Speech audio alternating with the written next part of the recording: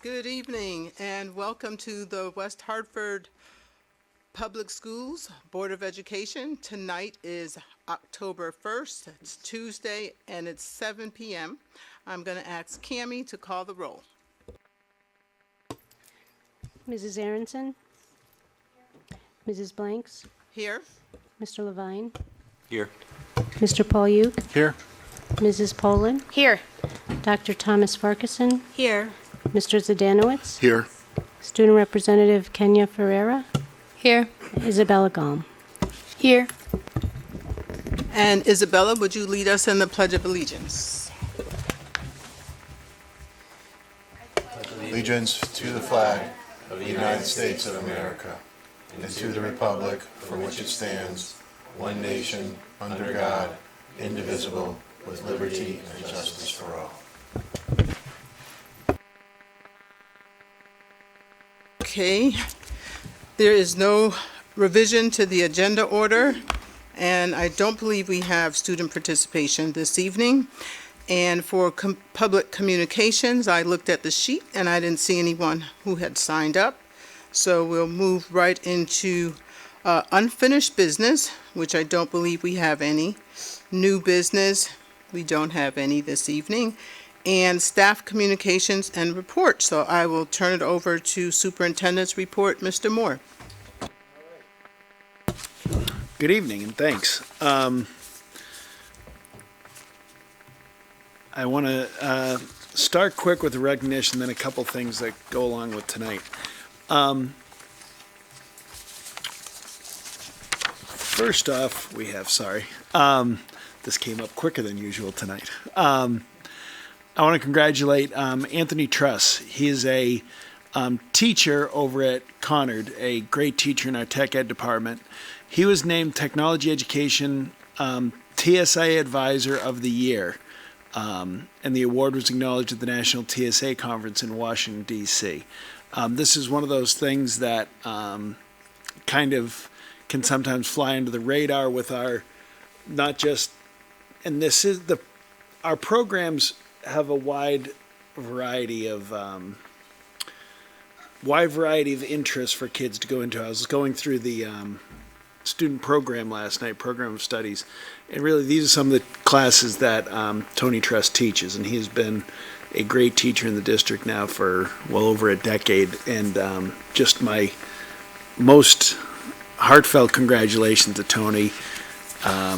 When we hired him, his just energy and infectious enthusiasm still exists, and his work with robotics and with the kids on unique programs at Conard is tremendous. So congratulations to Tony. On another far less happy topic. So Eastern Equine Encephalitis. I know some of you have gotten questions about this.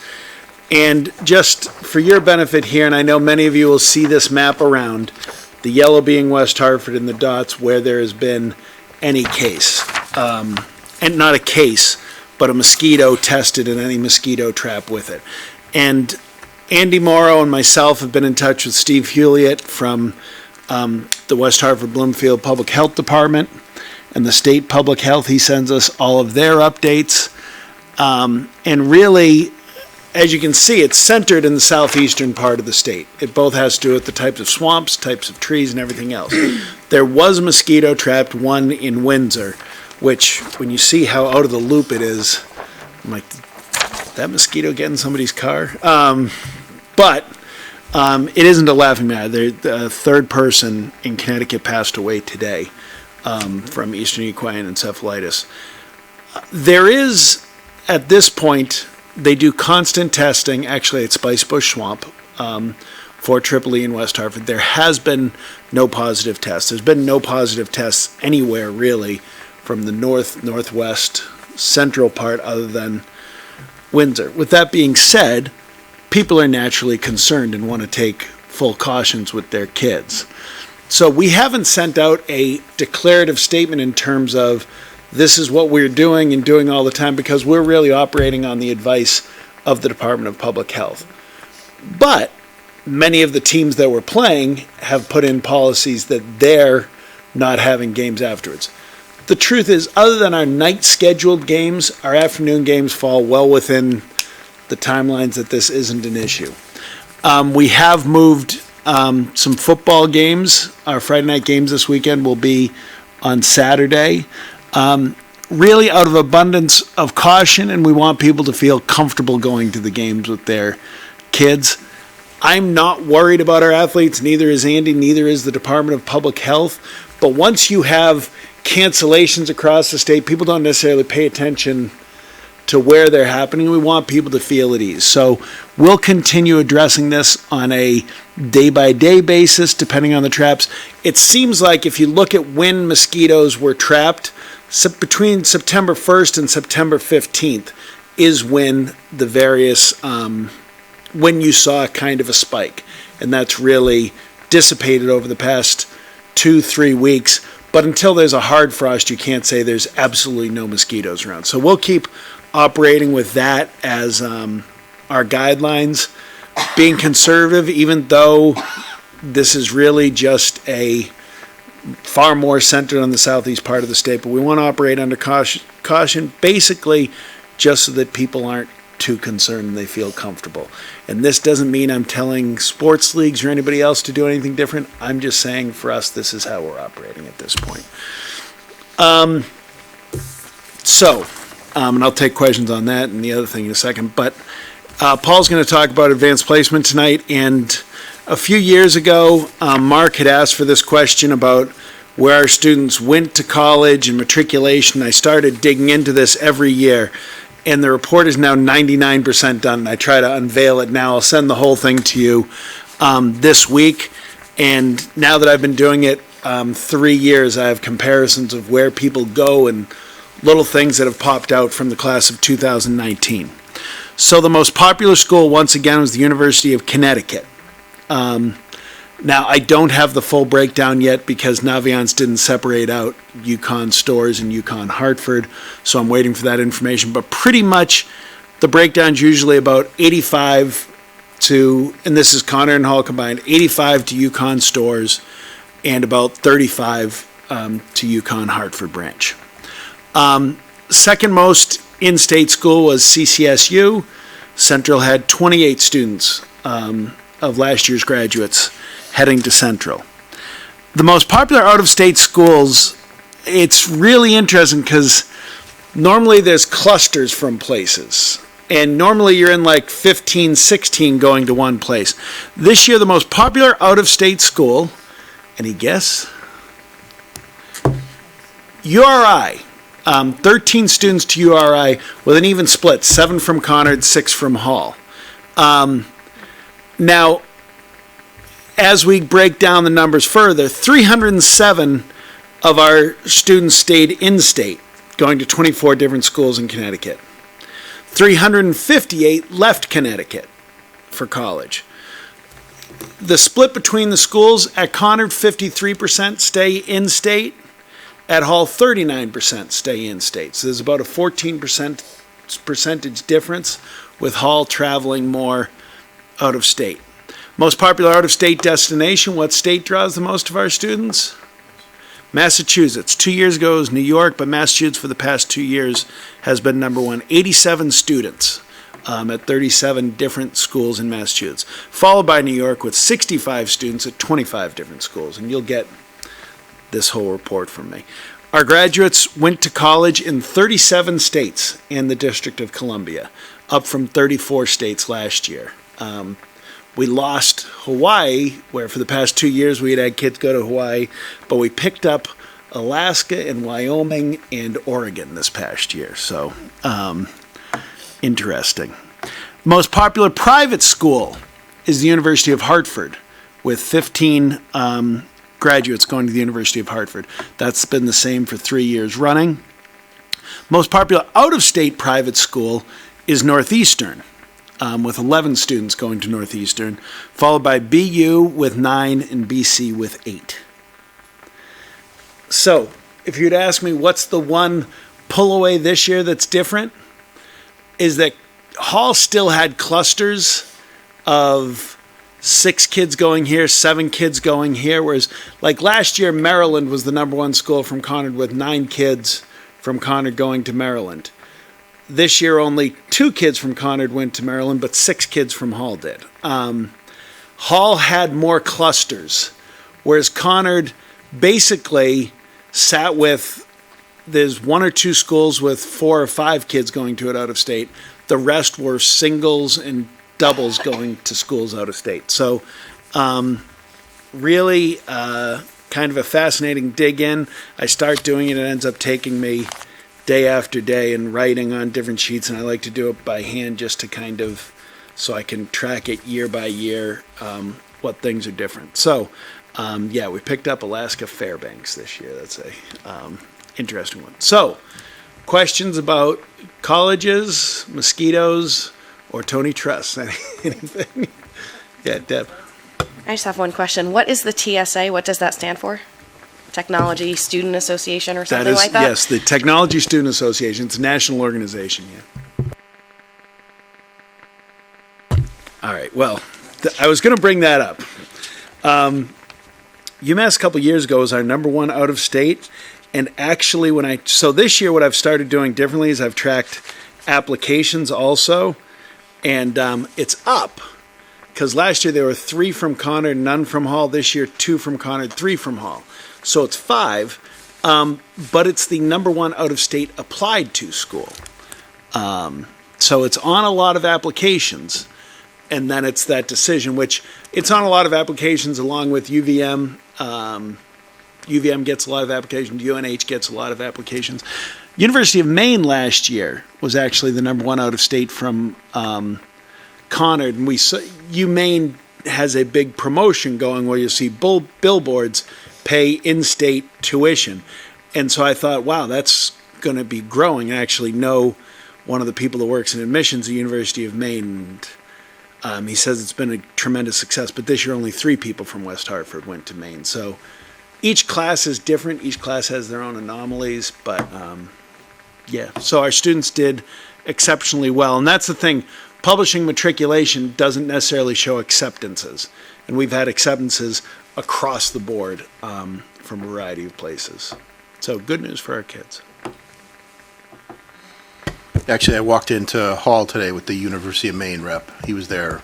Yeah. So, also as a junior, senior dad, I've had the opportunity to be at a lot of schools over the last 6 months. And I always search out the Hall, or the West Hartford students. And invariably they come and meet us and stuff. So you walk through campus, you find out what that's like, but then I pull them aside. In fact, I just talked with one last week for about 25 minutes. And I ask the same questions all the time. It says, how did Hall prepare, or how did West Hartford prepare you for college? And the answer from every single one was that they're ahead of the curve in almost every instance against their peers. And they noticed some of their peers struggling because maybe they were spoon-fed and maybe they were preparing them to graduate high school instead of preparing them to get into college. So it's been nice, and I think I've done that at 90% of the schools where I actually had a Hall or Conard grad talk to us. And it's been nice. It's a nice, great feedback. Yeah. I appreciate you saying that. My question is around the triple E. So what advice would you give to parents, especially parents or siblings who are watching the football games or any other games that are outside? Yeah, well, as we said, as long as people are worried at this point, if it would hurt people going, so we've moved both games to Saturday at 2:30 for the football game. So, and that's also later because Saturday is an SAT day, so that doesn't conflict with SATs. If you're outside, I'll say this. I've still been outside based on the area, but I might wear a long sleeve shirt. I might wear long sleeve pants. That's the advisory that the State Department of Public Health is giving. They don't want people to be panicked. But if the death today is from the town I used to live in, so I would be handling it very differently if I still lived in East Haddam.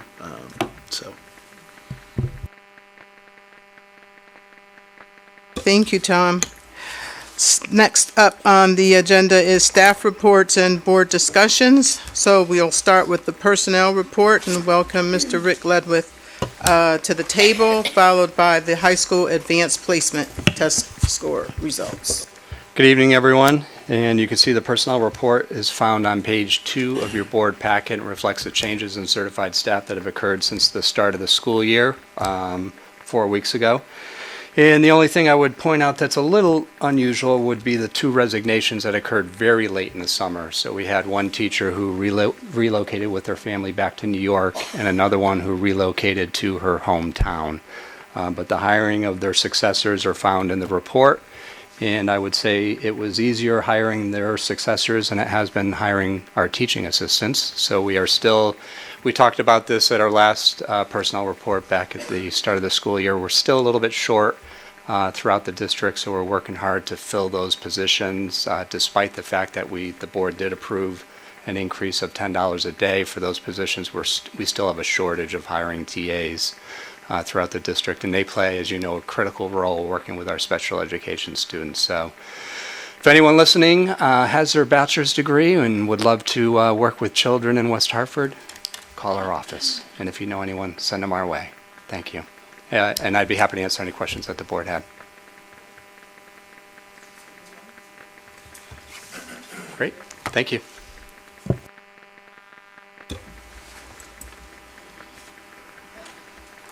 Welcoming, pardon? Nope. No. Do we? No, I don't see a recommendation. So at the table, we welcome Mr. Paul Vicinus and Mrs. Ann McKernan, who will discuss the high school advancement placement test score results. Thank you very much and good evening. Pleasure to report on this, and again, another great news story for the district, really. Up before you see the agenda, topics we'll cover quickly tonight, and then open it up to questions. And we begin with just kind of a quick explanation about the advanced placement program and our district philosophy behind it. As you know, the advanced placement program is an opportunity for students while in high school to take very meaningful, rigorous, challenging work and earn college credit for it. Why we offer AP and a philosophy that we've had for multiple years has more to do with chasing the experience of AP than necessarily chasing scores. But we're very pleased to report, and you'll hear a lot about the outstanding performance overall of our schools. But what we feel is most important is for students to challenge themselves and look at this based on any number of research that's been done by the College Board and outside folks as well that demonstrates the skills that are gained go well beyond the content. They speak to perseverance. They are reflected in terms of success not only in college, perseverance in college in terms of persistence, I should say, staying in college, coming back, finishing. There are studies that reflect earning potential based on it. And then, of course, there's just the monetary savings that students and parents and families may receive based on advanced standing. If you're walking in the door with 3-4 credits already, a couple of courses taken, you can abbreviate the number of years you're there.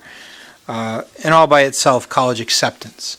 Tom has mentioned many times at this table that in his conversations with college advisors, they're looking and they're assessing the strength of this transcript of a student relative to the courses that are offered in a district.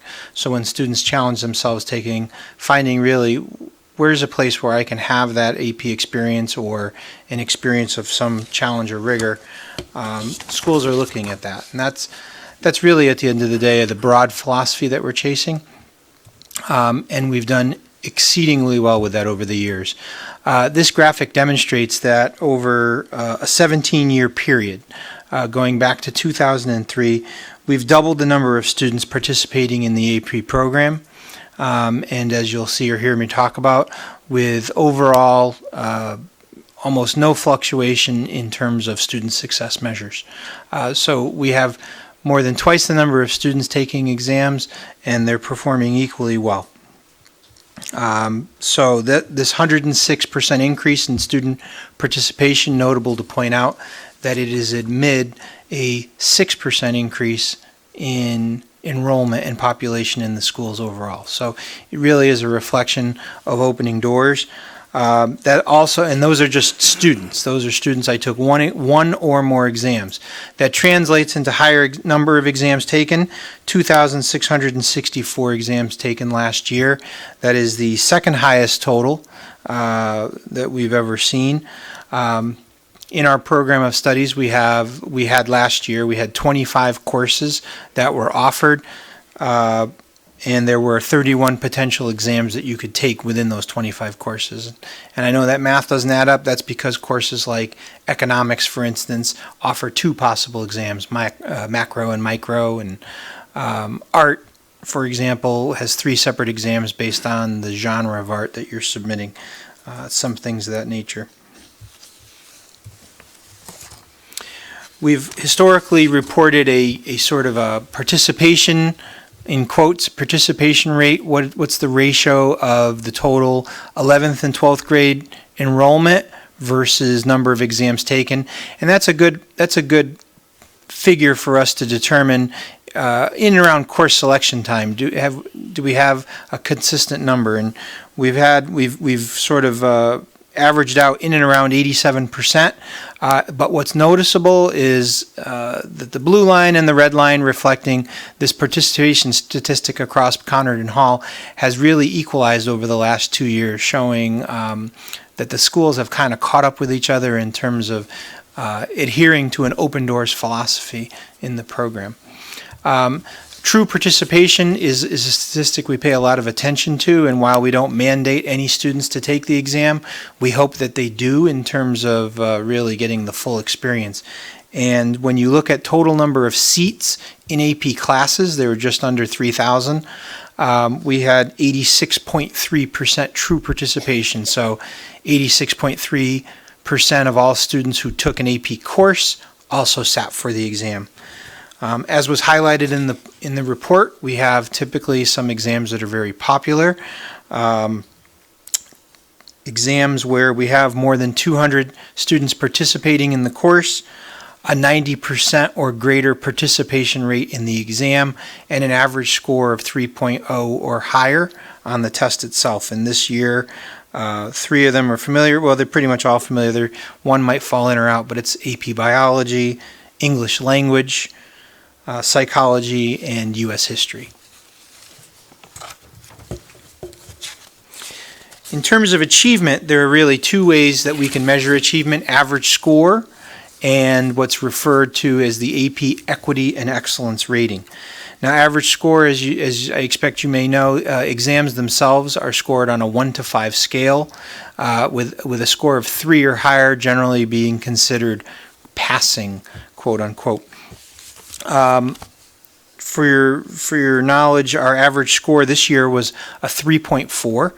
Second year, it's been about that value, which is very high. We would qualify anything as a 3.1 or higher as being our target.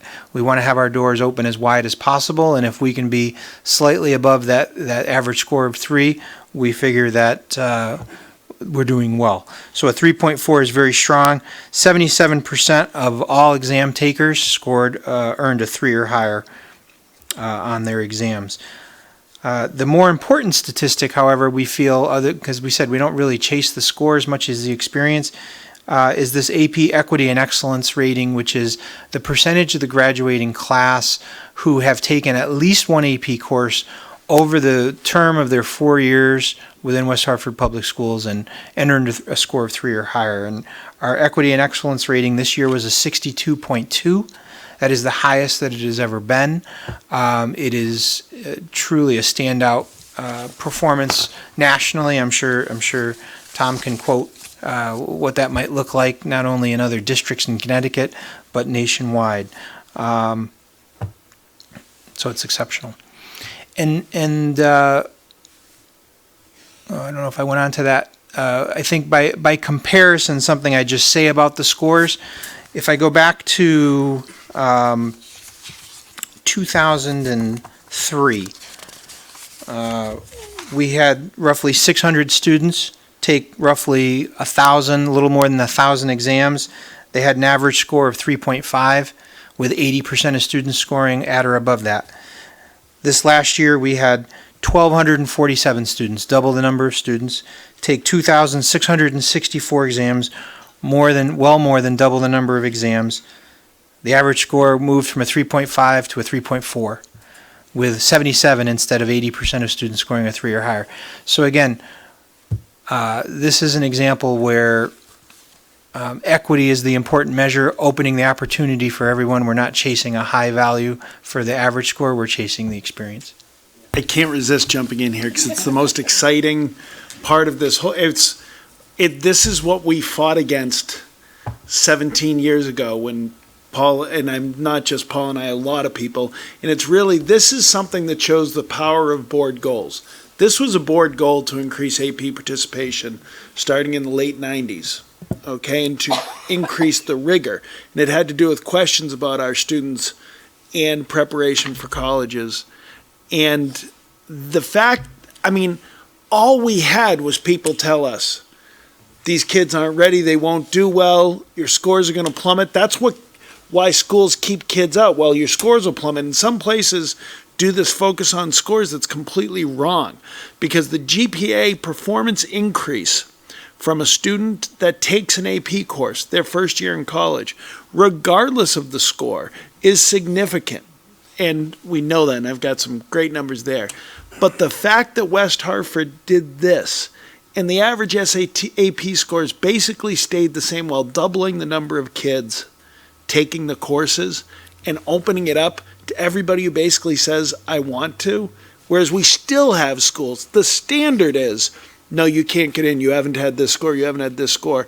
And our results have basically stayed the same. And in the past 10 years have actually increased after a dip in the first 10 years, because it does take a shift in teaching, how you teach this to a wide variety of kids, a wider variety that you had before. So this is, if there's one thing that all year you get excited about academically, this is one of the things. Absolutely. And I don't know if I've stressed it this year, but every year we come up and talk about the different number of metrics, record-breaking year. I think last year was the first year we didn't break every record in terms of participation, average score, equity, and excellence. This year we did break records kind of across the board, and that continues in terms of reducing our achievement gap and our opportunity gap within this. We demonstrated, again, incremental growth. We had about 2% growth in our students of color, both in terms of the numbers of students and the numbers of exams themselves. And when you look historically, meanwhile equal average exam performance this last year as it was 2019 as it was in 2018. And when you look at the historical context of how have we done over the past 10 years, we've had 2.5 times the number of students of color participate. In nearly 2.5, it's roughly 2.3 times the number of exams, with really no change to or incremental growth even in average exam score participation and percentage of students earning 3 and above. We still have work to do when you look at the district overall. We have a slight gap, a 10% gap in terms of percentage of students earning 3 above, and that's something that we'd look to equalize across so that our students of color have exactly the same participation metric as the district as a whole. But by and large, it is also an area I would believe that that is positive for us. Finally, we take a look generally at performance of the 2 high schools individually. I always share a 5-year performance summary. You can see the graphs are representing the percentage of students with 3s or above. Very strong performance overall across our 2 schools, with some statistics underneath that were shared in the report. Connor had a very, very strong year. It posted its second highest, I believe it was its second highest AP and equity and excellence rating. Connor had a slight decrease in its overall enrollment.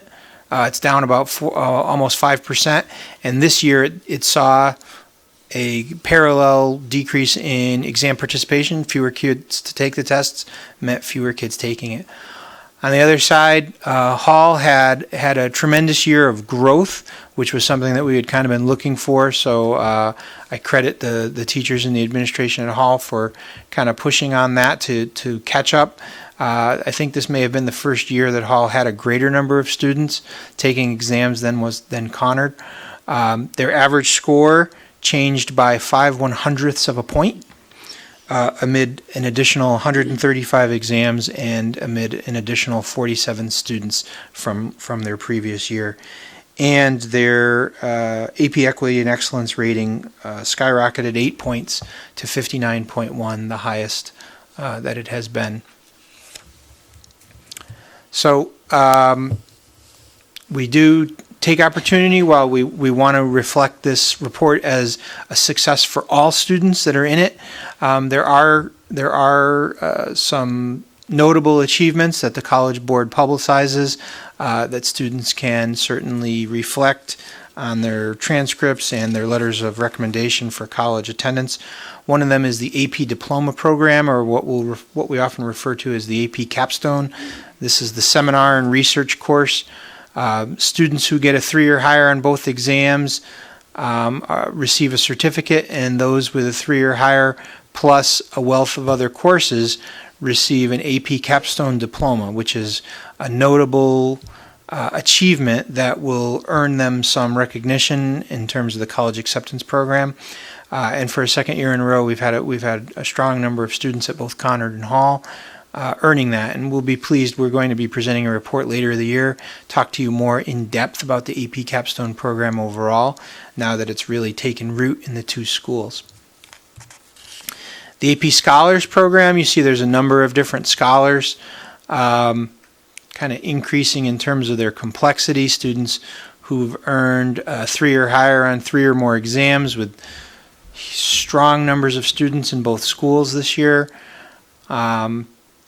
I think it bears mentioning the state AP Scholar. This is only given to 1 male student and 1 female student within the state of Connecticut. And I think Tom mentioned last time we were here, this is the 3rd year in a row that West Hartford hosts one of those students. So Conard's own Arjun Jakjoven is this year's state AP Scholar. Along with a colleague, with a female student in another district. So the accomplishments are there. They're literally quite impressive when you benchmark against other districts, whether in our DIRG or outside of our DIRG.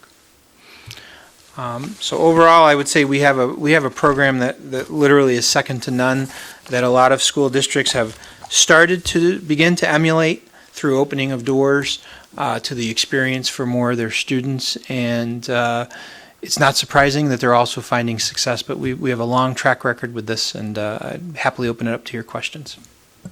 There's a couple little things that I wanted to add there. One, like the National AP Scholars, West Hartford's high school represent 2% of the high school students in the state, but we represent over 8% of the National AP Scholars in the state. So just to put that in perspective. And I mentioned the impact of taking an AP course. It's actually the biggest impact you can have when College Board's done this long study of taking any AP course are for students who scored below the median on the SAT.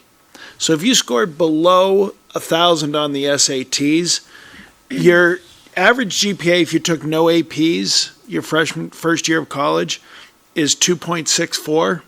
If you took 1 AP course in high school, that GPA goes all the way up to 2.78. And if you took 2 AP courses in high school, that GPA goes up to 2.84. So the biggest impact, actually, on students finding success is on those that scored below the median on the SATs. They get a big boost on their GPA, and that's regardless of their own score on the AP course. It's being in a college course before they go to college is the key impact. And first-gen students and Bachelor of Arts attainment, one of the biggest predictors of success is if they took an AP course in high school. Of first-generation students that took no APs, basically 1 in 3 will complete college, 0.36% chance. Whereas once you've taken 1 AP, it's 0.44. If you've taken 2, it's 0.47. And if you've taken 3, it's 50%. So the impact of APs being opened up beyond this idea of, well, they're not an AP kid, they're not ready for this, that has been proven to be a fallacy, both nationally and especially in West Hartford. We're a tremendous laboratory for what's the success of these courses for the College Board. But it has taken a lot of work, middle school levels over the years, and trying to move away from that. The hurdles that used to be in front of kids to choose to move into an honors course or into an advanced placement course have certainly been pushed aside.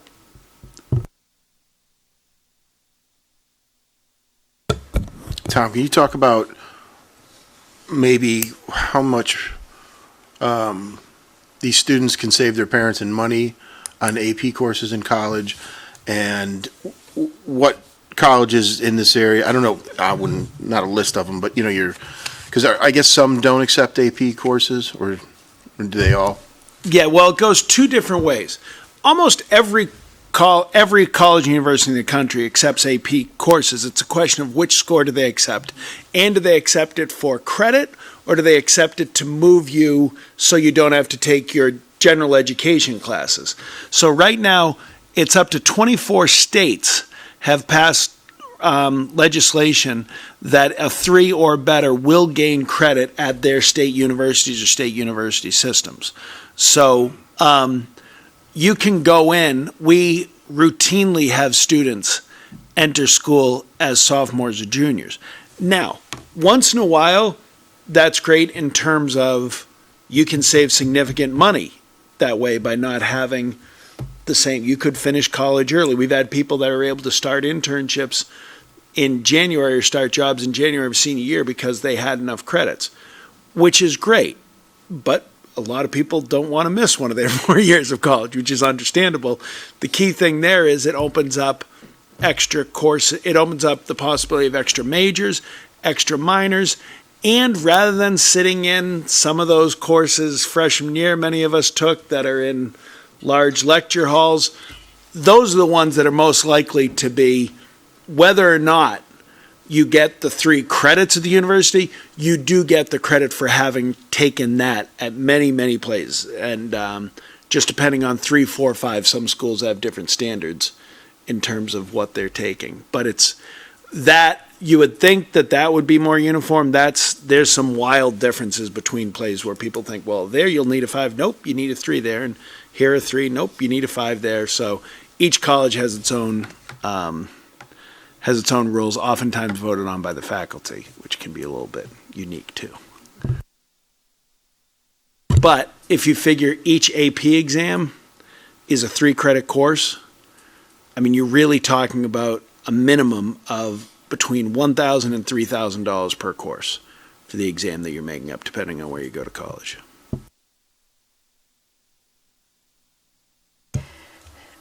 Thank you for all of the information. A question for the 3 of you and anyone else who may be able to answer. Recognizing, from what I'm gathering, by history, there was kind of an unspoken rule that certain individuals met the qualifications to take AP courses. My question is more reflective. What prompted the desire to change that perspective? Recognizing in hindsight, progress certainly has been achieved. We see the benefits of it. But my question is, before the risk, so to speak, was taken, what prompted that desire to take a chance? I don't know if I can get into the mind of, because it does go back a significant amount of time. I think one of the things that I think about personally, my own philosophy, when folks ask about whether it's an ECE course or an AP course, and there's this mystique about it, like it's something so special. well, if I expect that that student is college bound, they're going to be moving into a course like that the following year. So this notion that only some students can participate, when I went to school, it was a very narrow, and I didn't go to school in West Hartford when I was growing up, so not a reflection on the town. But the mindset was, well, you had to be in this honors or accelerated track, and then only some students in those honor accelerated track might qualify for AP, kind of this best of the best concept. And if we're a district that believes that all students can potentially, go to college and be able to have an additional 4 years of education, these would be the courses that they'd be sitting in that freshman year. So why not provide that for them if they're ready for that right now in the high school setting? Once people kind of got over that mindset, it was obvious. It didn't matter. It might mean, well, how many in your course load in terms of the number, what other courses you're doing, what other school activities you're engaged in, how much can you bite off that's reasonable for you as an individual? And that's where our school counseling staff does an exceptional job to not only help promote the program, but help our students stay in balance in terms of their workload. But I think Tom spoke to it in his statistics, that whole your GPA in college will go up concept being because you're learning some independence, you're learning how to, stronger note-taking skills, perhaps. You're learning how to do more research independently. You carry that with you into college. Lauren, it was a really interesting time in the late 90s teaching, and some of the conversations in faculty rooms about expanding and these kids, and we all had different experiences with it. And I remember my first AP European History class, I had 19 kids in it, and I remember my average score was fantastic. And once we started opening it up, within 2 years, we had 124 kids taking AP European History, and it just changed the mindset. And I always said to people, if a kid wants to take a course and challenge themselves, why would I say to a kid, I don't believe in you, when everything we're supposed to be doing is around that? Now, it did mean changing some of the things you used to do. I used to give all this reading, and then it made me a way better teacher to really think about. But what I always said to people, because I taught European history, I'm like, what's the difference between AP and regular history? It's not like the Nazis win in one of them, the outcomes are going to be going through. It's just a question of deep analysis and our kids can do that. And if we're expecting them to do it to go to college, Trevor Packer is in charge of the Advanced Placement College program for the College Board. And actually has one of the most followed in education Twitter accounts, AP Trevor. And he's a real nice guy. And I asked him one time, what do you think the AP percentage should be nationally? And he said, whatever the percentage going from a high school to college. Paul, you and I, we were together when we talked to him about this. Whatever you have percentage of kids going to college from that school, shouldn't that percentage have taken an AP class? I'm like, that's a really good way to look at it, because you're preparing kids for that level work. But it has been a seismic shift in West Hartford over the past 2 decades. And other districts, there are places way behind where we were 2 decades ago, where they still say, well, we only have 20 seats. And 20 seats. Yeah, well, we have 20 seats. You're number 21. You can't take this. It is wild what goes on some places, and I tell people fight and argue for that, but I will credit this was a board generated piece. This is the power of board goals that we are going to move forward, and we've far surpassed what the initial board goal was, and we keep kind of moving that board goal up in this area, but this was generated out of concerns in the community about, are our kids competitive enough? Do we offer enough challenging courses? And that was going on in the 90s. That's actually when we had the same committee that moved away from class rank. And people nationally will question moving away from class rank. It's the same thing. The difference between number 1 and number 10 in a class is so minuscule, and flips and flops based on a music course or this, that to differentiate that way is something the community didn't want. And that was really also a board-generated committee 20 years ago. So. Thank you for sharing that. And it's one of the many things I so value about our town and about our school system is the mindset that we have. And it's so important to be able to recognize the potential that students have, even if they themselves don't recognize that, because it can be a trickle-down effect. If those up top believe in, that will trickle down and empower those who are younger. And our younger individuals are our leaders for tomorrow. So I asked the question, I will be transparent, as a rhetorical question. And yes, thankfully, your response echoed that as well. So I encourage us to continue to be mindful of our mindset because it's impacting so many. Thank you. Tom, it's funny you mention that because, again, as a dad that's visited a lot of colleges recently, one of the questions is, what's your class rank? And the colleges are asking that, so, and we said, we don't have one, They understood, but it was a question that came from, I'd say, 85% of the colleges. It's up to 50% of American high schools now don't do class rank. So our school profile goes through it directly, and instead of doing that, we say top 5%, top 10%, which colleges are completely fine with that.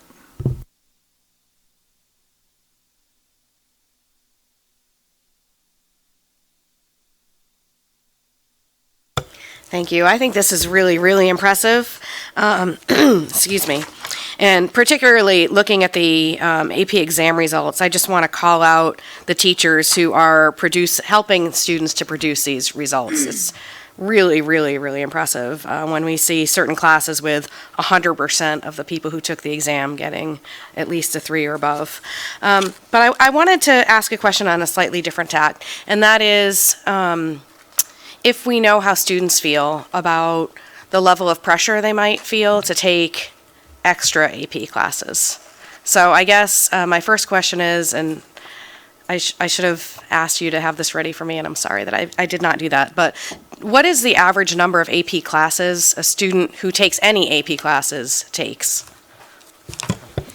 So I generally run statistic. I ran some quick ones before the meeting tonight, anticipating someone might ask. I know roughly a third of our kids take 1 AP, and I want to say roughly a third take 2. And then from there, it kind of stratifies all the way down through 3, 4, 5, 6 over the course of a year. But you're getting down. By the time you're hitting that many, you're talking about singleton kids.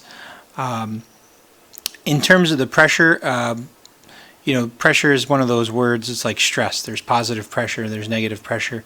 I think there's an encouragement for students to try to find one.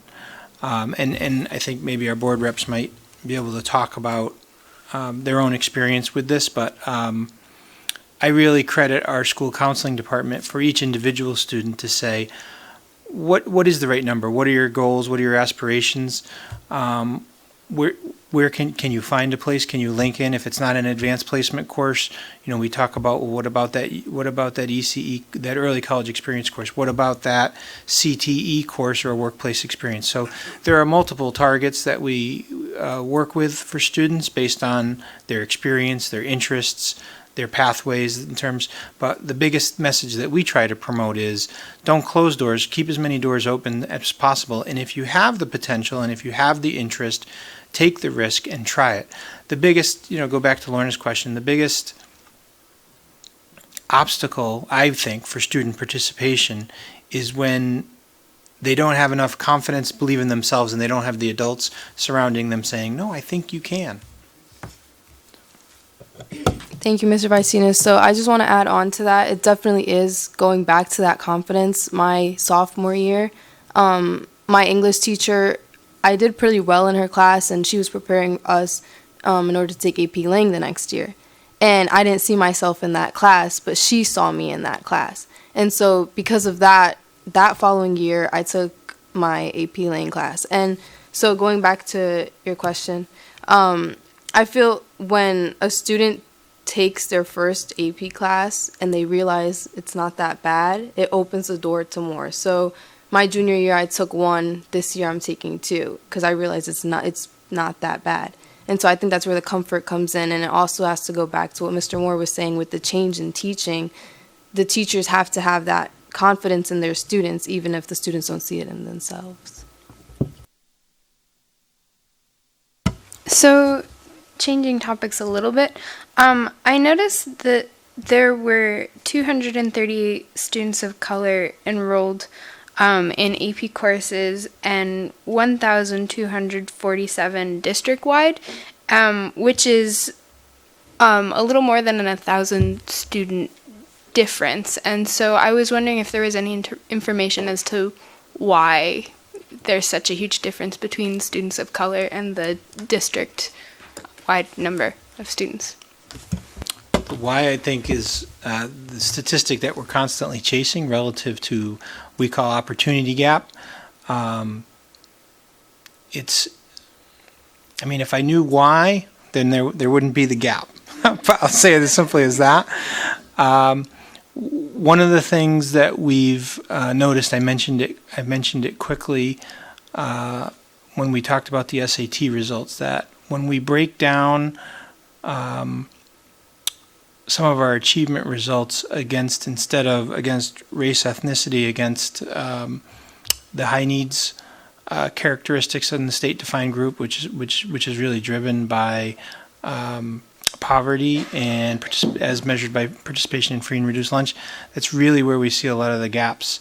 And I haven't done that for AP just because the data set isn't as clean, but it's something that I could do, and I would expect that might be one of the reasons. If poverty is an issue for me, and that sets up a lot of obstacles in terms of where do I see myself in my future? Do I see college as an option? Do I see therefore this chase for AP as important in it? And that really becomes the importance of us being able to educate our students on what different programs we have in terms of how we can help them support them locally, what different scholarships are, and all the rest. And once we overcome that, as I think I've heard, once the students are in the class and they see it's not that much of a challenge, not as daunting a task as maybe it's made out to be, success just follows. I'm glad you brought up, and it's an excellent question. It's the thing we talk about all the time. Our principals do a really good job. After the PSATs come in, we get a report called the AP Potential Report, and kids that aren't in an AP course, Julio and Dan both will call students down and talk to them and say, you know what, you can do this. Look at this. You've proven you can do this. But Paul, I'm really glad also you just talked about income levels, because today's October 1st, which means it's the first day for the FAFSA. And if I could get one message out to all the people in West Hartford, we're 27% free and reduced lunch. If you're a free and reduced lunch student and you can get into colleges, once you get in, what people think they'll be paying is not what it will be. I mean, the amount of aid given, the amount of schools that guarantee they'll meet 100% of aid, and you can search that online. Schools guaranteed aid to meet 100% of need. Schools that guarantee it. The list is long, and if you're free and reduced lunch, that means you have 100% need. It will be met. And if I could just get that across to people, to the same question of please, please, please push yourself and believe in yourself, because this is possible for you. And, with the FAFSA completion, very, very important for our families to do that. And it is, people have asked me, why don't they make it easier? It actually takes federal legislation. It's easier than it was at one point, but to even go from that, it takes federal legislation because it's a federal program. It has been suggested that if anything were to get done, that this is something in Lamar Alexander's final years in office. Lamar Alexander has been, he's Republican, who's Secretary of Education, and he's pushed on this, that this is a bill that may actually get some traction and bipartisan support. So hopefully there.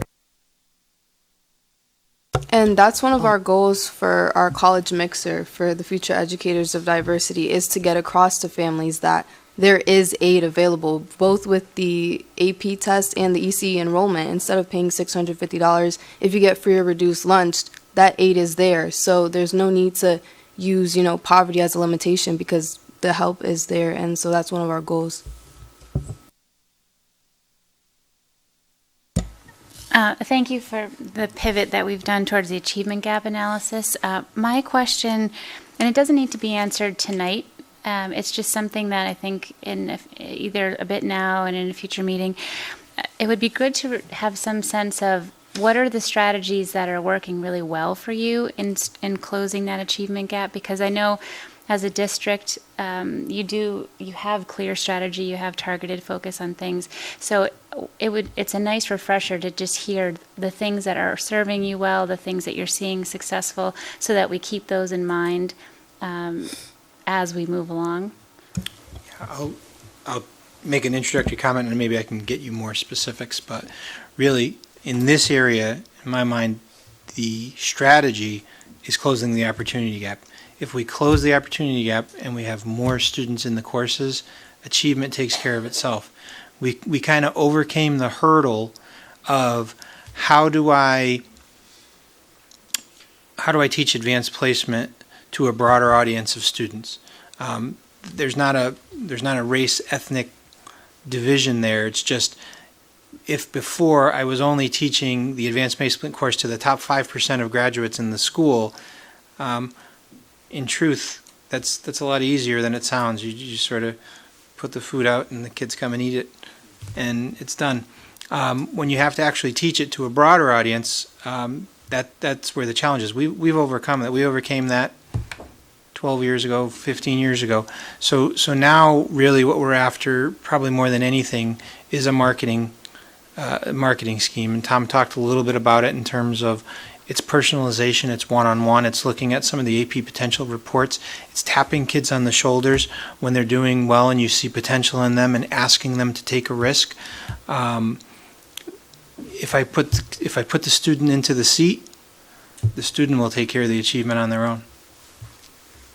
Do you find, are there any different needs that arise for technology and access to all the pieces that are relative to Wi-Fi and just the practical day-to-day execution of all of the components? Not that's come up. In honesty, I mean, that's a piece, especially with the new resources that are available now for AP. College Board has just kind of revamped a lot of its curricular supports this year, unveiling a lot more online stuff. So. But in the past, I wouldn't say that access to technology is an issue, and we have programs for that. I think it is personally. I think it's a lot more with how do I see myself and where do I see myself going, and I think a lot of it's driven by socioeconomic factors more than anything. So I think education, greater education in and around scholarships and college options and future options is the key for us moving forward. We've done things that have been successful in terms of AP boot camp in the summer. We talk a little bit about that every fall with our first report. And a part of that is marketing also. It's kind of demystifying it for kids, getting them to come in, meet the teacher, see that this is not a big scary thing. Because it's funny, the same teacher that's teaching AP calculus is teaching, geometry to 10th graders. So that's the piece. I think AP is held up in the greater community as this big mystical, seven-headed beast. And when students get into the class, my own son was an example. He was afraid of AP physics and got in the class and he was like, this isn't as hard. This isn't so hard. I can do this. And that's the piece, getting them into the class. Thank you. What a great discussion and dialogue, and kudos to our student reps. You're asking some awesome questions. Thank you. You wanted to comment? I do have a public service announcement for all of you because you may be asked. This year, as Mr. Vicinus mentioned, the AP has revamped some of their resources, which you may be seeing in class. I'm not sure if you're beginning to see them. Great. But with that, there is a new registration period for the exams, and that will be a big change for parents and for students. That students used to have the option of choosing if they're going to take the exam by about March, and they would pay for that exam by about March. But now that exam registration period, and there's been very good research from the College Board of why they're doing this, is moving that up to the fall. So students will be registering throughout October with a district deadline of November 1st to be fully registered and paid for their course. And the belief is that if you invest early, you know you're going to take the exam, you have more financial resources in, skin in the game, then your performance is shown to improve even more because you're committing so much earlier in the process. But I tell you that because you might get questions as board members when parents, and we have sent some letters out already, and we will be sending more out within the next 2 weeks, reminding parents and giving them the options of how they will be able to pay for the exams. Also, our students, our free and reduced lunch students, do not pay for the exam, so I'm sure that would be a concern for you. But I just do that as a public service announcement for your benefit because you might get that question. One thing you may get about that is there's one misnomer out there that I can speak directly to, because the fee that's been increased, because they kept the cost the same, the fee that's been increased is to drop an exam because they want skin in the game. People are like, is that fee increase just going for profit? I sit on the audit committee. I was in the room. I can tell you every dollar that comes from that fee will go towards scholarships for low-income kids. It's going directly into that pot of money. It was just they wanted to set the number high enough so that people don't say, it's $20, I'll drop the exam and not take that, because the goal is to get more students to take the exam, because people will think, I can't use that score anyway. But the difference is more kids transfer credits than used to. More kids go multiple places than used to, and the idea that these AP courses travel with you. And if I could, one more thing, Deb, that I meant to say that I didn't before, because you asked a really good question about pressure. And I've been thinking about this for a long time. Where does the pressure come from? And with David Coleman, we presented a year ago on this kind of idea of Stop the Madness. And one piece of the focus was, and I think of this because the first thing I said to our reps when I came in was, busy writing essays right now, huh? Because we know that that's what September and October are filled with. And when you look at applications for activities, line after line after line, and like MIT has limited that now down to 5. And there's a push to make it on the Common App 3 lines for activities. Make it the things that are most important to you. Don't feel like you need to put down 30 different things. And that's part of the pressure. Part of the pressure with the multiple courses is about not the credits you'll get, but about admission. And that's something that we can't deny. I mean, the benefit of an advanced placement program, besides what the kids get from it, is that a university knows this applicant from Idaho and this applicant from Connecticut, we don't have to know about grade inflation between the schools. We don't need to know anything else. We can look at, they took this nationalized test and they both did well in it, so it shows that. So there are certain things, and I always blame, there are colleges and admissions directors that say certain things, and I'm like, well, we know that's not true. I know at Georgia Tech, because I know the director of admissions well, you have to have taken AP Chem. You have to have taken AP Calculus. That doesn't mean everybody should go to Georgia Tech. I wouldn't want to go to Georgia Tech. No offense to Georgia Tech people.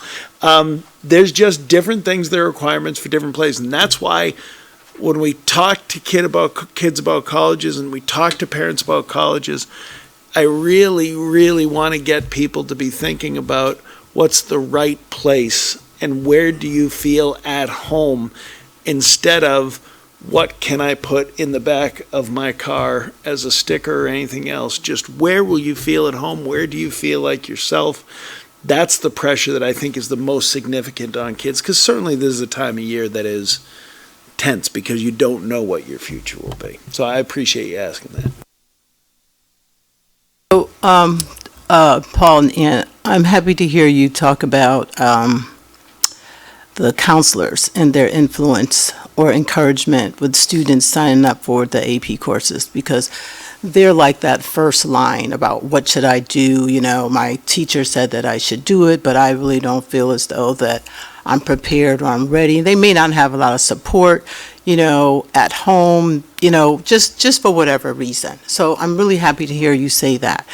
But as we wrapped up that last bit of discussion and you talked about the fees that are now required to be early on in the fall, so that sort of brings me to those families who don't qualify for a free and reduced lunch and may be like on the cusp. So they may just miss that free and reduced lunch by a few dollars or what have you.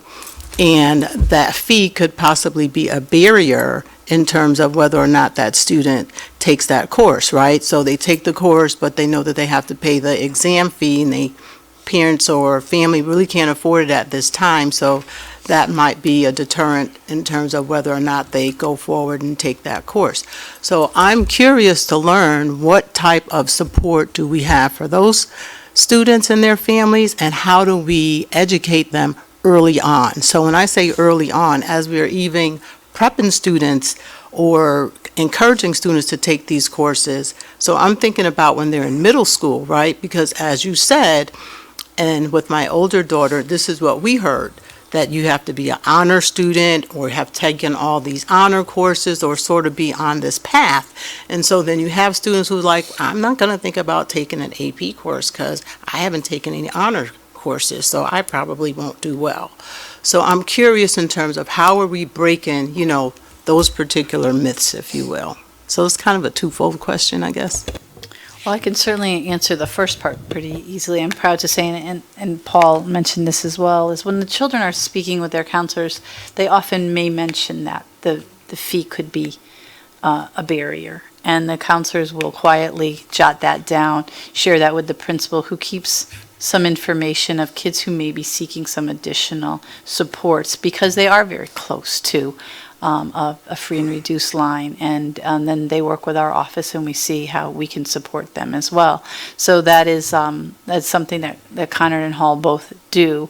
It is often started when a child comes in and shows those doubts, either their doubts about, am I really capable of this, or I think I am, but geez, my family can't afford these fees. And so it starts with the counselor, floats to the principal, and it comes to us, and we do everything we can, and often do everything to make sure that that is not a barrier for our students who have all this potential.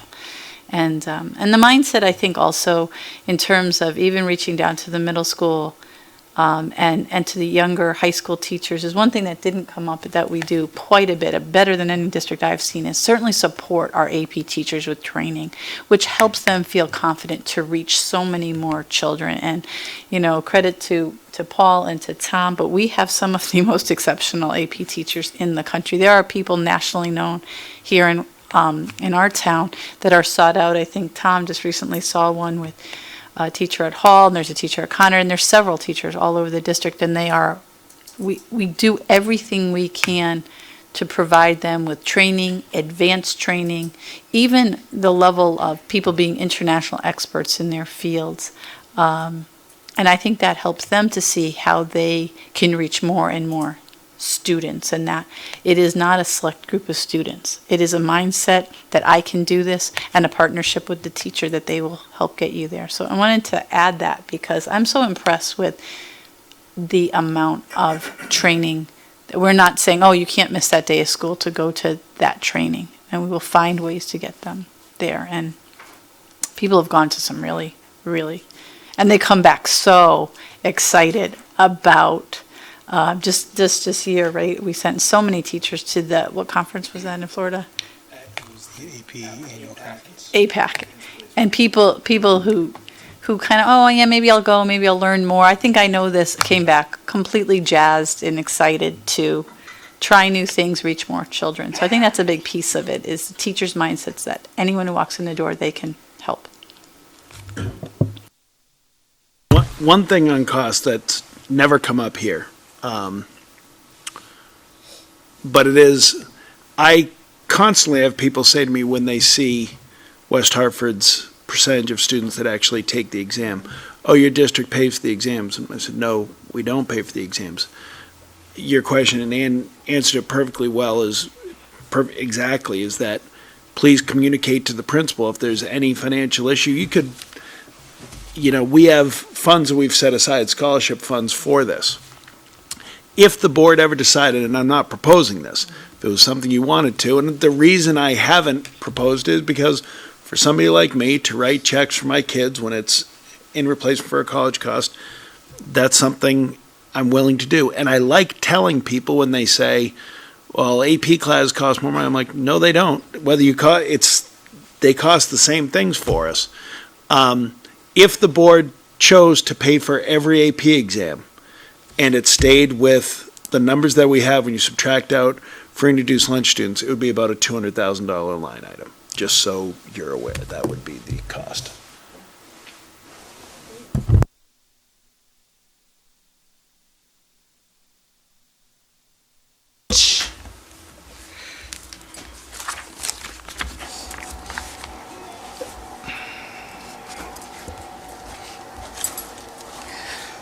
Our next agenda item is routine matters, which is the financial report.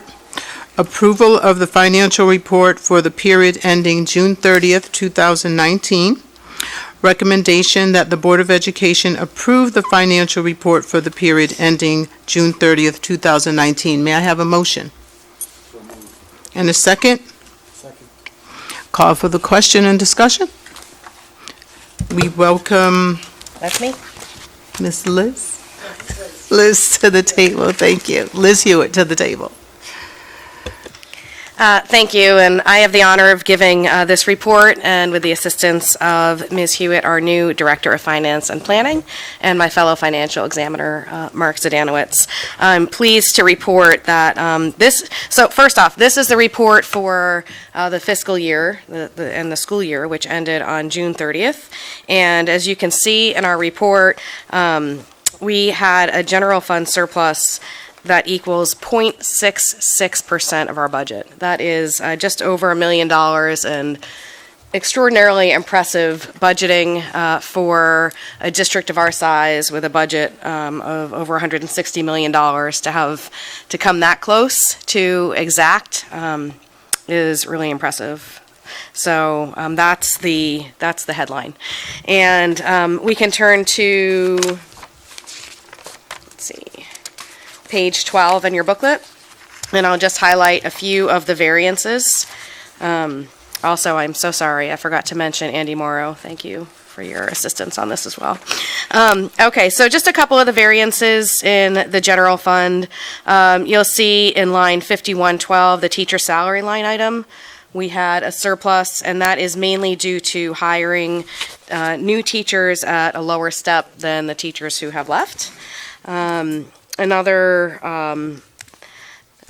variance is in the teacher substitutes and teacher assistants line items, 5180 and 5185.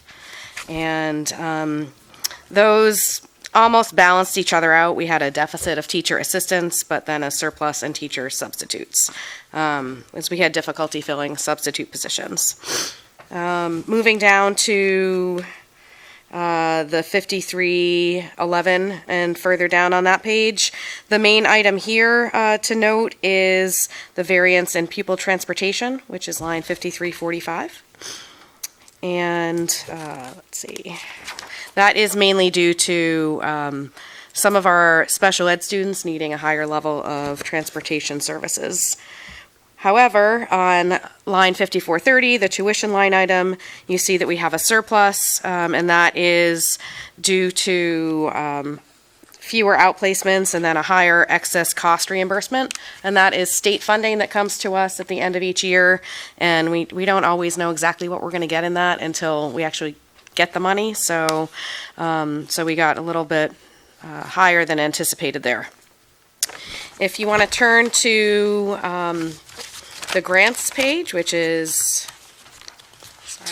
page 14. There's a line that's about two-thirds of the way down through the page. The grants that are above the line are the grants that are we can roll over any extra funding to this year. The ones below, we cannot roll over, and you can see we just had a small amount of funding underneath the line that we're not able to roll over. Nothing really significant there. And then finally, nutrition services, which is page 16. You'll see we had a really good year in nutrition services, and we have actually an operating surplus of over $110,000. We did have more students receiving free and reduced lunch this year, and a higher reimbursement for those students as well, and that was helpful with our revenue line item for nutrition services. We ordered some new POS systems. That's the equipment purchases on this page. So that's going to be a little bit smoother for the cafeterias in the schools. And that's about it. So I think we had a pretty good year. Again, we had a surplus of about $1 million. Just as a reminder, as a board, we're not allowed to go into deficit. So we just want to try to break even if we can. And if we have a little bit of a surplus, which we do, we return that to the town, and it goes into the capital non-reoccurring expenditures line for the town, and that goes towards equipment purchases, computers, furniture, and so some of that actually does come back to the schools in the end. Okay. Thank you. Anybody have any questions? No. Oh, Rob? More of a comment. To me, I always kind of like, when we talk about percentages, when you lead with a percentage, I always feel like it obscures the fact that it's a seven-figure surplus. It's a lot of money in my household. I guess, I'm conflicted about it in the sense that I understand that we have a large budget, and that's part of the problem I have, is that, I'd like to see that number be as accurate as possible. And to that end, as I've stated at this table before, I'm not a huge fan of just handing money back over to the town for them to do what they will with it. Especially when we're in an environment where everybody knows teachers that spend out of their own pocket because they're just amazing, and that they want to make sure that their kids have the best experience possible. And sometimes the answer is no at the building level because there isn't enough money in the budget. So I would like to see us be a little more nimble as we go through the year. And if we're projecting these types of significant surpluses, because they are, regardless of how small the percentage is, it's a significant number, that there should be some sort of ability for the executive team to communicate that at the building level around our district, because I think there would be an opportunity where, and I don't know if you want to make it as like some sort of internal grant type program, or it could be multiple things, not just a grant. It could also be a need-based type of program where there would be, because teachers are so busy with their daily ins and outs and lesson planning and whatnot, they don't ever think about these things. They're just, if they need highlighters, they'll ask for them, and if it's a no, it's a no. And then they'll go to Staples and buy them. So if we have these types of surpluses, which historically I've learned we have for many, many years, why wouldn't we send out at certain points of the year, hey, we're projecting, seven-figure surpluses or $750,000 surplus. If there's a real need-based potential at the building level for teachers where it could enrich the classroom experience and also maybe save a little money out of their own pocket, why don't we communicate that? Because I think the purpose of the budget that we pass and that we deliberate in the spring is to benefit the schools. And so if we have these types of surpluses left over, if we can effectively use that money, and Tom, I know you're going to say something about this, and I know that you take pride in the fact that, we get to the end of the year and we have these surpluses, and I'm not saying that you should just run out and buy 10 new copiers. I'm not attacking that comment that you've made in the past. I appreciate how sharp you are with the budget, but I believe for a fact that there's needs that kind of flow under the current simply because our staff is working so hard just to do what they have to do on a daily basis. But if there was some administration push that came down through these buildings with principals where it's like, hey, if you had an idea or you just had a need of a program or a purpose that would be beneficial in your instructional methods, let us know. I think that could create some real inspiration and just benefit at the school level. And I would love to see something like that take place, because I don't get the impression we do that. Yeah, I mean, I'll respond. It's partially a political question. So, I mean, because it's based on this, we propose a budget, you pass a budget, and we said where the money's going to go. And so there's a question, and I don't disagree with anything that you said. I really don't. And the only two pieces are, I've been here when we ran a shortage and we've had to cut spending and freeze hiring and everything else at the end of a year. We've had to freeze hiring in December before, which led to huge problems. So I never trust. I'm more cautious maybe in that I don't know what's going to happen in February or March or even April or May in terms of something that's an emergency that comes up. And to put in perspective, $1 million, that could be 4 student outplacement. 4 students that we didn't know about could equal $1 million. So while $1 million is exceptionally large, it's on a case-by-case basis. In small districts, it's a complete budget buster. We do have the leeway. As far as spending for highlighters, things like that, I know our teachers spend money themselves, and they have big jars of animal crackers for kids that can't have a snack, and so all those kind of things. I try to encourage them, please talk to the principals about what you've had. I've talked about having a inspiration type day where teachers come in with proposals of what would this cost and everything. The difference is part of your role is to approve those things and to approve district spending. So if I'm taking this spending and this budget and I'm deciding to scrap the budget I put forward and put $1 million somewhere else, I understand what you're saying, and I'm not saying I wouldn't like that. I'm saying that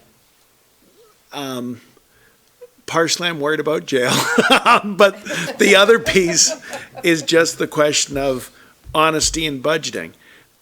I wish it weren't $1 million. There's an element of trust that I have to do with the town, which I do think last year when the town looked at the budget, there was, and I appreciate Carol and people talking and saying, we have given this much. We're going to give this much again. Mark, I talked to Mark at that point about it would be nice to hire 1,000 painters right now and get everything painted during the last 2 weeks of school and just spend that surplus. If that's the direction that the board as a whole wants me to take, the budget's your oversight. You tell me that's the direction I will go, and I can make sure if there's a surplus that we spend that surplus. That would be a different dynamic between us and the town as it is a town's budget overall. I don't disagree with what you're saying, and I mean that not like to placate or anything. I understand exactly what you're saying, Rob, and it's a question that goes back and forth in my mind every year when I look at where we are as a surplus. And the only reason I'm answering this for Liz is it wasn't Liz's numbers, so it's not fair for me to ask her, hey, respond to this, Liz. So. Yeah, and I mean, it's two different arguments, really, right? Like, when we get to the spring, right, I'm always arguing that we need to spend less. So I'm sure it's chuckling right now that I'm saying we spend more, but it's all on how you couch the argument, right? Well, you did want to cut the supply budget last year, so that's the one. Right, which is what drives me crazy. It's like, I'm like, well, I wanted to cut the supply budget. I didn't see the need for the increase. But, when you hear about the anecdotal stuff at the building level, and you're right, like, I mean, it's our job to direct you. So I guess that's what I'm suggesting is like, in the spring, we'll have our arguments about, what you want to spend versus what we think you should spend. And once that's put to bed, then I feel like, I take off my partisan hat, so to speak, right? And say, all right, well, this is our budget, whether I supported it or not at the time of vote. just a budget hawk. So like, the numbers mean a lot to me more than just a percentage. And maybe it's just the nature of the work that I do for a living. I live with budgets every day. So when I see these numbers come out, like I just watch them very carefully, and it's real numbers to me, Liz. So, I just say, since you are new, like going forward, that's something that would just mean a lot to me as a board member. Is like, I understand what you're saying. Like, you can always say, well, that money equals X. But come on, historically, Tom, like I've heard we've had for many, many years, six-figure type, approaching seven-figure surpluses. And sure, I'm not saying we spend like drunken sailors and try and toe to the penny. I'm saying like maybe if you took just as a trial in a year, right, 10% of that surplus, and said, let's take whatever that 10% is projecting to be. So in a given year, if we have 700,000, because that's what it seems to be, let's take 70 grand of it and spread it around the district in some sort of like inspirational grant type program, and just see what that can do. And if we have a year where we're running up against the teeth of it, then so be it. But that's her job to make sure that we're not doing that. So it seems like, I've been on 2 years, but it seems like it predates me for several years. If we're running towards a surplus that is closer to what we have this year, again, just let's try and see what we can do to make sure that we're not just giving it back to the town for them to do what they want to do with it, and use it to make sure that we're enhancing our schools to the best of the ability. That's all I'm saying. Yeah. And I understand that as well. I did want to point out, we put the percentages in not to obscure the actual dollar amount, but more to try to put it into context so that you can see what the percentage is. And I think one of the reasons that we end up having some of these surpluses is that, as we talked about excess cost and the reimbursement percentages that we get, we don't know what that percentage is till closer to the end of the year. So that does have an impact on us. I wanted to add as well, one of the things that we did do at year end this year was look at some additional security equipment. I'm not sure if you saw in the report, you'd mentioned perhaps there were some things we could do at year end, some of the investments that were made in security, both cameras, radios, security shades, et cetera. So I think there was a bit of that, but I understand what you're saying and take your point.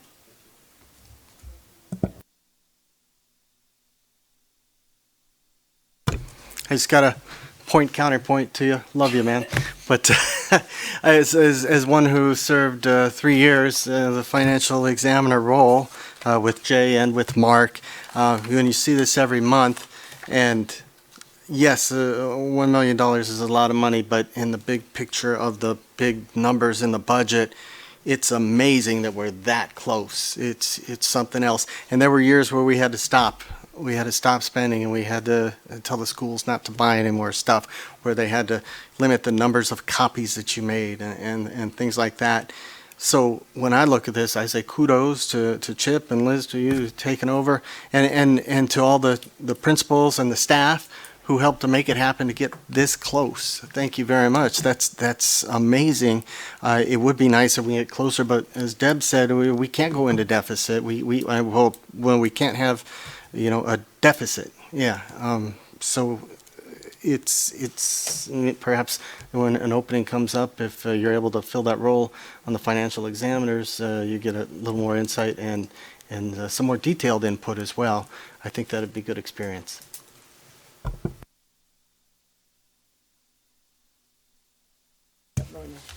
Recognizing the surplus, would you say, recognizing also the valuable contributions that the West Hartford Foundation for Public Giving provides in terms of grants for schools throughout the district, would you say that helps to add to the surplus as well? Because as we know, lots of,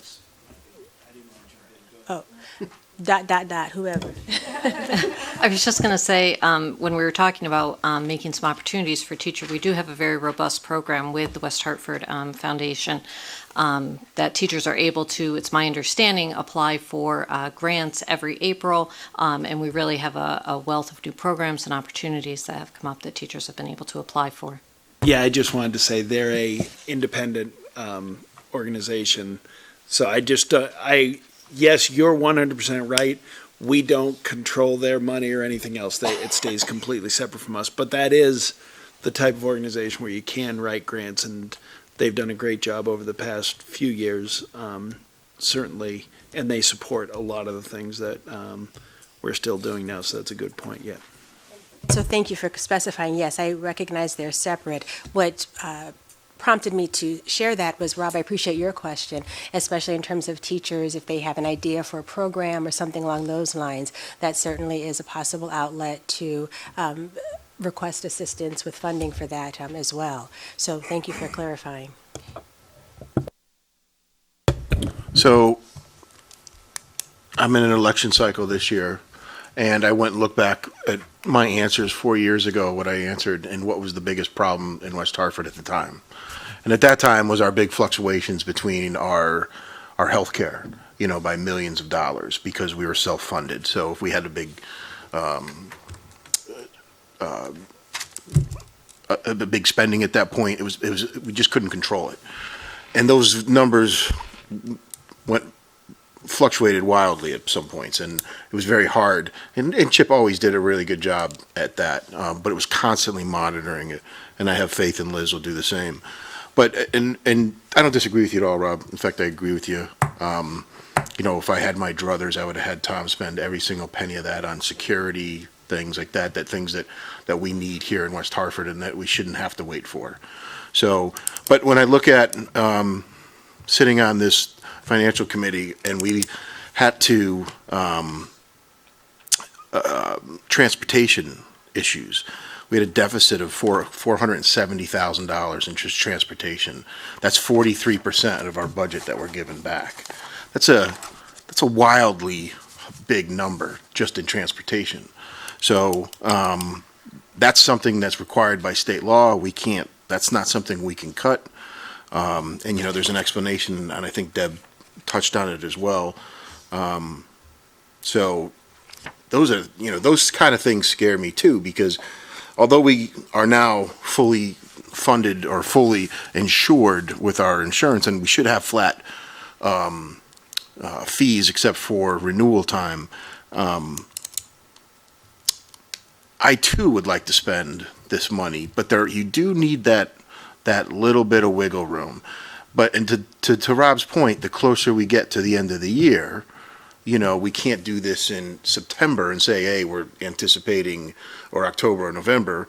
But maybe it's that new alcove for the man stop and things like that for the safety of our schools that we can look at. So, we can allocate that to something that's, a direct effect to our schools. Highlighters too, but I'd rather have a man stop than a highlighter in the schools, and I'd rather have the teacher pay for a highlighter and we pay for a man stop. Those types of things, and I just use that as an example because that's the one you used. Because safety is one of the utmost concerns, and I don't have to reiterate on things like that. So I kind of would like to see if there's an opportunity to do something like that. You touched on something there. Our biggest variance that you talked about when you were writing from 4 years ago, our healthcare costs swinging wildly. There was a year where a rollover budget was an 8.6% increase if we just rolled it over, just because of our health insurance extreme catastrophic cases those years. With our new healthcare agreements, and Rick and I have talked about this, we expect that budgeting to be a little bit smoother and a little bit more accurate. I mean, there were ways to smooth it out over time before, but it was still that huge variance. But now that we've got the state partnership plan, we do expect that can be a little more, we can be more accurate in there and kind of have a better idea ahead of time. I don't know if you want to. I was just going to say it'll just remove the volatility year to year from our budget. We have a risk fund where we handled all of our self-insured health claims, but the funding from the general fund to support those claims would vary widely based upon the catastrophic claims and based upon our experience. Now with the state partnership plan, since it's a fully insured plan, we do expect that there will be premium changes every year, but they should be gradual. It should remove that volatility, be a much easier way, more accurate way to budget and to plan for those. Tom, do you think that you could have a conversation with your counterparts on the town side of things and just try to make sure that a large portion of this $1 million that's going into the capital non-recurring expenditures account comes back our way? Yeah, and we do that. We meet with Jared, and that's the area that we see it the most is in our technology spending, where what's budgeted, we can pre-fund sometimes ahead of time, or they'll put it in there. And, we were talking about our, Liz and Andy and I were meeting today about our capital improvement plan, our long-term capital improvement plan. And Dave, this is something you've talked about, what happens, you won't be on the board, but not just air conditioning, but windows and air treatment systems. Because the fact is, our capital improvement plan has been around $4 million since I've been in Andy's seat. We're at a decade now because we cut it after the stock market crash in '08 and the economy tanked. And there are things now. So we've taken money and invested in security, and Mark, you're exactly right. And we've got that for the next 2 years.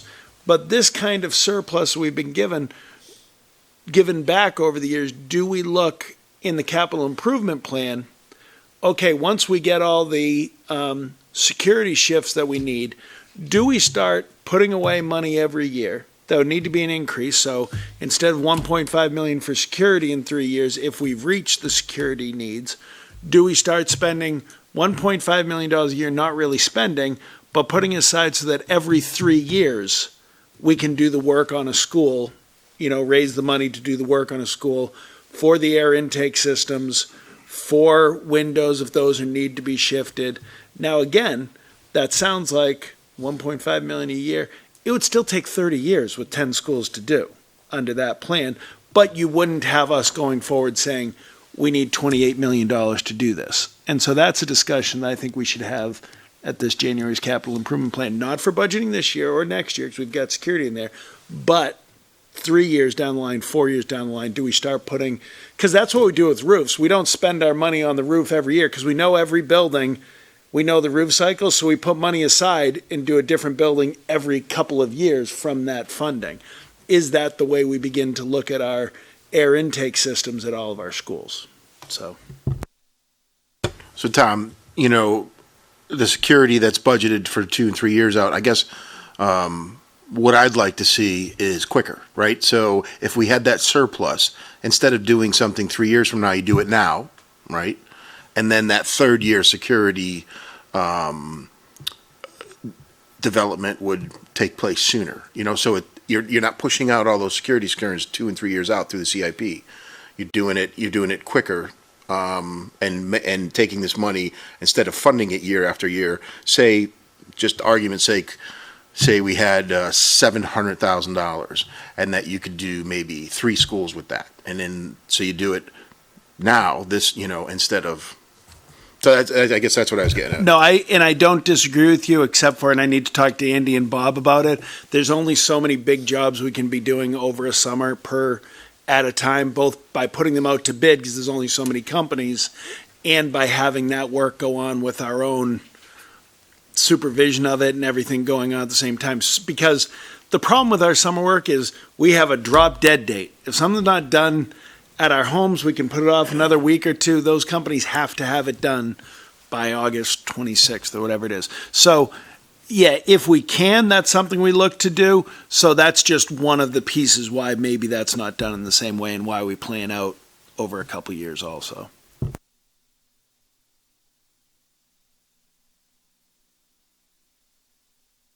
Are we ready for the vote? All in favor? Aye. All right, motion carries. Thank you, Ms. Liz.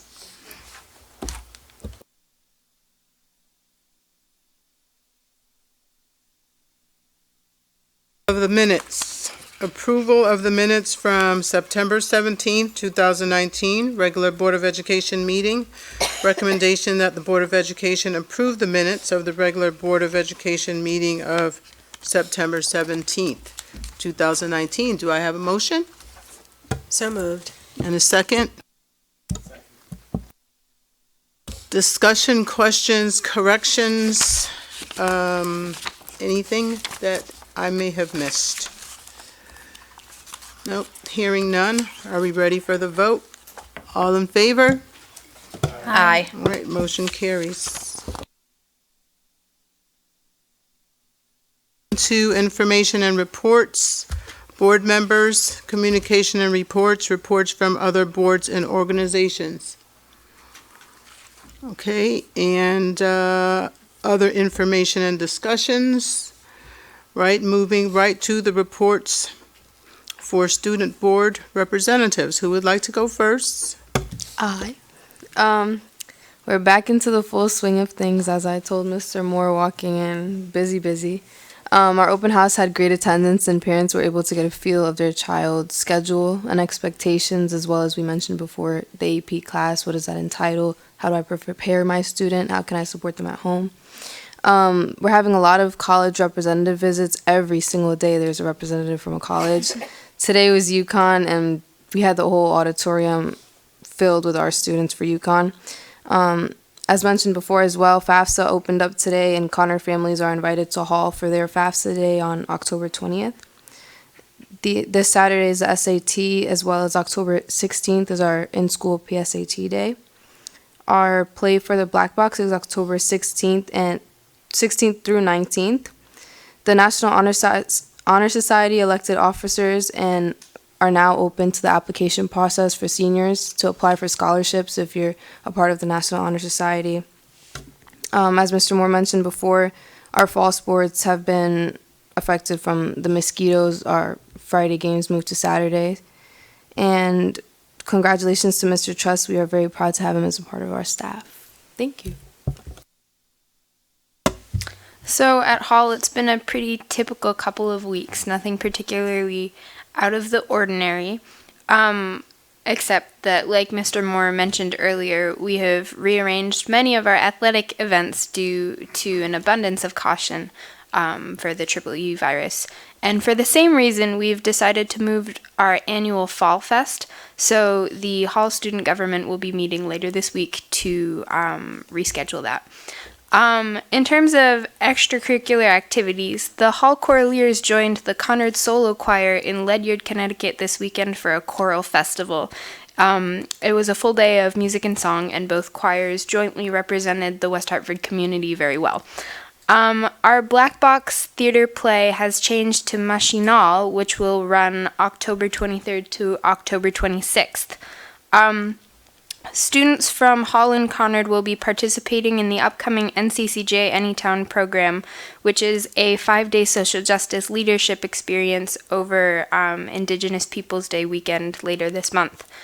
Like Kenya mentioned, the PSATs will be taking place on Wednesday, October 16th. Freshmen and sophomores are required to take the test, and juniors are strongly encouraged. The Hall Muslim Student Association is holding a food drive throughout the month of October. All food will be given to the West Hartford Food Pantry, and donations will be collected in the main hallway of our school. We are looking forward to the first frost of the season and all of our upcoming activities. Thank you. Thank you, ladies. Future business. Announcement of future meeting dates. Tuesday, October 15th, 2019, Town Hall, 50 South Main Street, right here in this legislative chamber at 7 p.m., followed by Wednesday, November 6th. I'll repeat that. It's Wednesday, November 6th, 2019, Town Hall, right here, 314, room 314, legislative chamber at 7 p.m., and then our third meeting, which would be Tuesday, November 19th, Town Hall, 50 South Main Street, right here in Legislative Chamber at 7 p.m. Do we have a request for future agenda items? No. If I could follow up from last meeting. Right, that's what I was going to say. At the next meeting, we'll have it on the agenda to look at the April 28th date with options in terms of whether it is a day that we keep students out of school because of the primaries. And then the question really would be, does it become a snow day that everybody makes up, or does it become a professional development day, which is a little bit different. So we'll describe that at the next meeting and take your feedback. All right, thank you. I don't believe anyone has signed up. Do we have any comments or from the visitors list? No. Okay. We don't have an executive session, and may I have a motion to adjourn? So moved. All in favor? Aye. Thank, Mark. Thank you, meeting adjourned.